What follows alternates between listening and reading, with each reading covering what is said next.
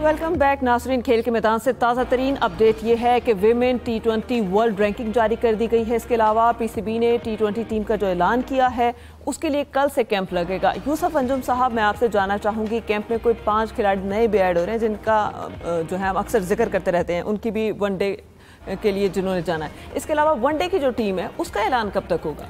महरीन, ये वनडे की टीम जो है उसको सोमवार या मंगल को अनाउंस किया जाएगा और यकीनी तौर पर चूँकि 5 खिलाड़ियों को, जिनमें बाबर आजम, मोहम्मद रिजवान, शहनशाह अफरीदी, नसीम शाह, वसीम जूनियर शामिल है, इनको भी कैंप में मदऊ किया गया। ये मेरी इत्तला के मुताबिक 5 खिलाड़ी वहाँ पर इस वक्त मौजूद हैं कराची में। और जो पाकिस्तान टीम का गैर मुल्की कोचिंग स्टाफ है, जिसमें Mike Hesson head coach, Shane McDermott जो फील्डिंग कोच है, इनको अभी लिया है, उसके साथ ग्रांट रोडन ये भी कराची पहुँच चुके हैं। कल से वहाँ पर ट्रेनिंग का आगाज़ होगा। तो कैंप में इनको बुलाने का मकसद ये, क्योंकि अभी तक पाकिस्तान और वेस्ट इंडीज़ के दरमियान जो वनडे मैचेस हैं उसका फैसला नहीं हो पाया।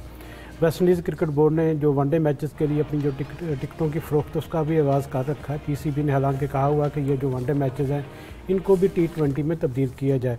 इसलिए आज सिर्फ बांग्लादेश के ख़िलाफ़ सीरीज़ के लिए T20 के लिए टीम का ऐलान किया गया। वेस्ट इंडीज़ में कौन सी टीम T20 जाएगी इसका फैसला भी होना भी बाकी है। उसके जो वनडे मैच है उसके लिए अभी पाकिस्तान क्रिकेट बोर्ड ने कहा कि उनकी बातचीत वेस्ट इंडीज़ बोर्ड के साथ जारी है। अगर मामला तय पाते हैं तो फिर यकीनी तौर पर सोमवार या मंगल को ये जो वनडे स्क्वाड होगा वेस्ट इंडीज़ के साथ T20 का ये भी अनाउंस कर दिया जाएगा। बाबर आजम, रिजवान, शहनशाह अफरीदी, वसीम और नसीम शाह को इस कैंप का हिस्सा बनाने का मकसद भी यह है कि ये खिलाड़ियों के साथ अपनी ट्रेनिंग करें ताकि उनके साथ मिक्सअप हो और अपना पाकिस्तान क्रिकेट के लिए मज़ीद जो है आगे टीम में उसका हिस्सा बने। यकीनी तौर पर अच्छा साइन है कि सीनियर के साथ जूनियर खिलाड़ी वहाँ पर मौजूद होंगे। कैंप में उनको सीखने का मौका मिलेगा। बाबर आजम, शहनशाह अफरीदी, ये सारे तजर्बाकार खिलाड़ी हैं और उनके साथ अगर जूनियर जब बातचीत करेंगे, उनके साथ कैंप अपना शेयर करेंगे, तो नेट शेयर करेंगे, तो उससे यकीनी तौर पर आने वाले दिनों में हमारे यंगस्टरों को काफ़ी फ़ायदा होगा। सही। अच्छा सलीम खालिक साहब, आज आपकी खबर थी रिटेनरशिप अलाउंस के हवाले से कि उसमें इजाफा किया जा रहा है। इसके अलावा मैन वेमेन जो खिलाड़ी हैं उनकी तादाद में भी इजाफा किया जा रहा है, तो अखराजात में कितना इजाफा होगा? देखिए, कुछ जगह पे अखराजात बढ़े हैं तो कुछ जगह पे कम भी हुए हैं। डोमेस्टिक क्रिकेट के अखराजात मेरे ख्याल कम होंगे क्योंकि चैंपियंस का अब खत्म हुआ है।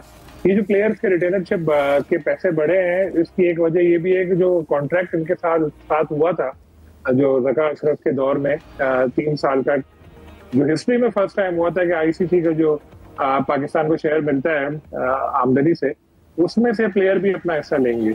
जो ये ब्लैकमेल करके कुछ प्लेयर्स ने हमारे सीनियर पीसीबी से फैसला मनवाया था हिस्ट्री में फर्स्ट टाइम, तो इसकी एक क्लॉज ये भी थी कि हर साल जो है वो पैसे बढ़ते रहेंगे।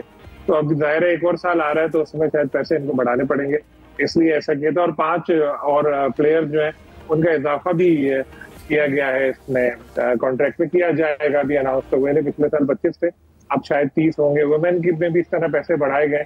तो ये प्लेयर्स का पैसा है, प्लेयर्स को मिल रहा है, चले अच्छा है, लेकिन पुराने वालों को नहीं मिलना चाहिए 50-50 लाख रुपए। अच्छा, एक जाहिर साहब ने बड़ी एक बात बोली थी कि बड़ी कमाल है, महारत है, मैंने मुंह से नक्की साहब को बचा लिया।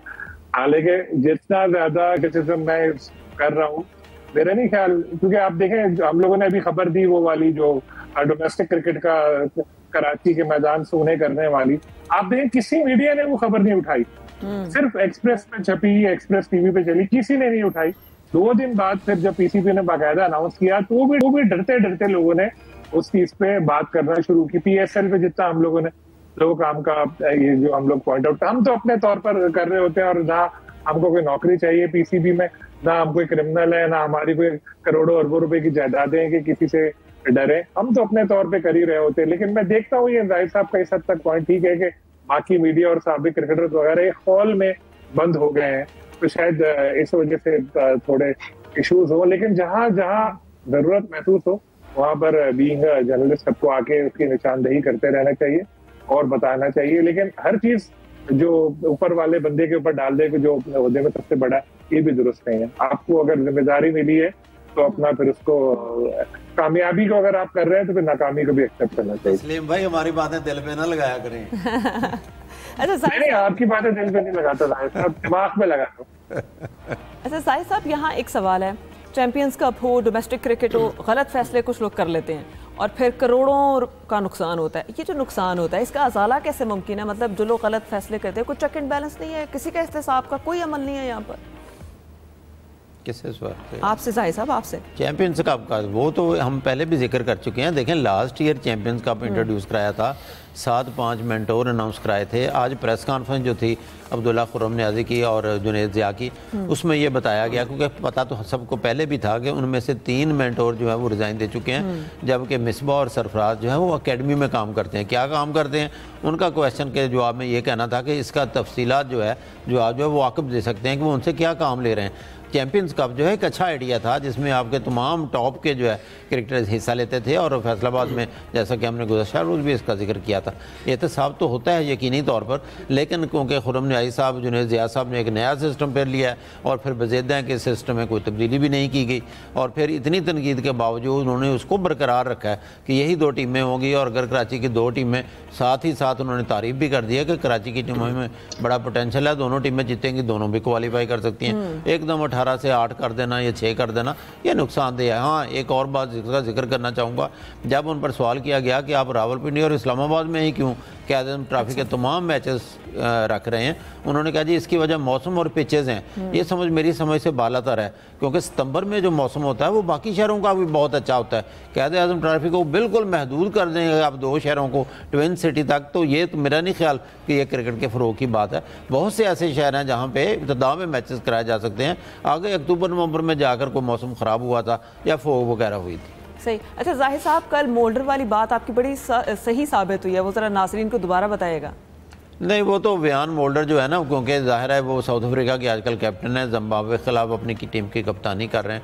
बहुत अच्छी इनिंग खेली, 367 रन बनाए, और हम सब हैरान थे, बल्कि दुनिया हैरान थी कि जिस स्पीड से वो खेल रहे हैं, चौके छक्के लगा रहे हैं, बॉलर्स को बिल्कुल ही उन्होंने धुनाई कर डाली थी। और हो सकता था कि वो थोड़ी से भी टिक जाते पिच पे मज़ीद, तो ब्रायन लारा का वो रिकॉर्ड तोड़ देते। लेकिन मेरा ख्याल है ये इसमें डिफरेंट राइज हैं। बाद लोग तो कहते हैं रिकॉर्ड बनते ही टूटने के लिए, वो भी एक बड़े साफ में आ जाते हैं जिन्होंने 400 रन बनाए होते। लेकिन मोल्डर के हवाले से देखा जाए तो उन्होंने बड़ेपन का सबूत दिया। उन्होंने कहा ब्रायन लारा एक लेजेंड है, और जो रिकॉर्ड्स होते हैं वो लेजेंड्स के लिए होते हैं, क्योंकि ब्रायन लारा ने ये रिकॉर्ड जो है इंग्लैंड के खिलाफ बनाया था, जबकि मैं जिम्बाब्वे के खिलाफ खेल रहा था। और नंबर 2 उन्होंने ये भी कहा कि मैंने तो डबल सेंचुरी का नहीं सोचा था, यहाँ पे मैंने ट्रिपल सेंचुरी बना ली। तो इस तरह से मेरा ख्याल है उन्होंने उसकी वजाहत भी की है कि ब्रायन लारा का रिकॉर्ड अगर वो तोड़ भी सकते थे तो उन्होंने इसकी कोशिश नहीं की। सही। अच्छा यूसुफ अंजुम साहब, Asia hockey cup under 18 Pakistani team semifinal में पहुंच गई है, कप जीतने के कितने चांसेस लग रहे हैं? जी बिल्कुल, ये एशियन जो हॉकी फेडरेशन उसके ज़ेर एहतमाम पहली बार ये एशिया कप मुतारफ़ करवाएगा यंगस्टर के लिए, और मेरे ख्याल में पाकिस्तान की जो परफॉर्मेंस है अब तक नहायत शानदार है। ये 3 मैच उसने खेले, तीनों में कामयाबी हासिल की और ग्रुप में उसने टॉप पोजीशन हासिल कर ली। कल हमारा ग्रुप में चाइना के साथ मैच होगा, जिसके बाद सेमीफाइनल में यकीनी तौर पर पाकिस्तान और मलेशिया की टीमें आमने सामने होंगी। तो इससे नौजवान खिलाड़ियों को यकीनी तौर पर एतमाद में इजाफा होगा। ये नौजवान खिलाड़ी हमारा फ्यूचर हॉकी का कौमी खेल की जानब हुकूमत भी इस तरफ ख़ास तवज्जो दे रही है कि उसको प्रमोट किया जाए, और एशिया हॉकी कप में भी पाकिस्तान ने जाना इंडिया में, उसका फ़ैसला अभी तक होना बाकी है। जो PHF हुकाम है उन्होंने तमाम जो ख़तब किताबत वाली चीज़ें वो सारी PSB और जो मुतल्लिक़ा वज़ारत उनके हवाले कर दी हैं। 27 अगस्त से इंडिया में मैचेस होने हैं एशिया कप के। इंडियन मीडिया ने तो यह दावा किया कि उनकी गवर्नमेंट ने उनको इजाज़त दे दी है हॉकी फेडरेशन को कि इनको मदऊ करे पाकिस्तान को, लेकिन उनके जो वज़ीर खेल हैं अभी तक उनका ये कहा कि अभी तक हमें तहरीरी तौर पर इंडियन गवर्नमेंट की जानब से कोई कन्फर्मेशन इस बारे में नहीं मिली। तो दूसरी जानब मैं नहीं समझता कि पाकिस्तान की गवर्नमेंट भी कोई ऐसा स्टेप लेगी कि बिना किसी कोई खदो किताबत के कोई शराइत को तस्लीम किए बगैर पाकिस्तान अपनी टीम वहाँ भेजेगा। अब पाकिस्तान में चूँकि जनवरी में होनी है साउथ एशियन गेम, तो पाकिस्तान के पास बड़ा अच्छा मौका कि जिस तरह ICC चैम्पियन ट्रॉफी से पहले हमने उनके साथ एक डील की थी कि जब भी कोई इवेंट होगा तो उसमें हमारी टीम वहाँ जाकर नहीं खेलेगी, और पाकिस्तान में अगर कोई इवेंट है तो फिर आपकी टीम न्यूट्रल वेन्यू पर आएगी। तो हमें अब ये उनसे मनवा लेना चाहिए कि साउथ एशियन गेम में अगर उनका इंडिया का दस्ता आएगा तो उस सूरत में हम अपनी पाकिस्तान की हॉकी टीम को इंडिया में खेलने की जाकर इजाज़त दे सकते हैं, क्योंकि वहाँ पर 2 इवेंट, एक एशिया कप है 27 अगस्त से शुरू होना, और उसके बाद 28 नवंबर से जूनियर वर्ल्ड कप है जिसमें पाकिस्तान ने खेलना है। तो पाकिस्तान के पास बड़ा अच्छा मौका कि इंडिया को उनके बराबर की सतह पर रखकर यह डील करे और फिर ये खेलों का रवाबत का आगाज़ होना चाहिए। और अगर डील नहीं होता तो क्या हमें कोई नुकसान होगा? देखिए, नुकसान इतने ज़्यादा होने की कोई इसमें बात नहीं है। एशिया कप इतनी तौर पर वर्ल्ड कप का क्वालिफाइंग राउंड है, लेकिन एक हमारे पास मौका, अगर हम एशिया कप में नहीं जाते तो फरवरी में दोबारा क्वालिफाइंग फरवरी में दोबारा क्वालिफाई हो सकते हैं। हमें बराबरी की सतह पर जो है बात करनी चाहिए, मुज़ाकरात करने चाहिए। प्रोग्राम का वक्त ख़त्म हुआ जाता है। तमाम मेहमानों का बहुत शुक्रिया, हमें इजाज़त दें, खुदा हाफ़िज़। है।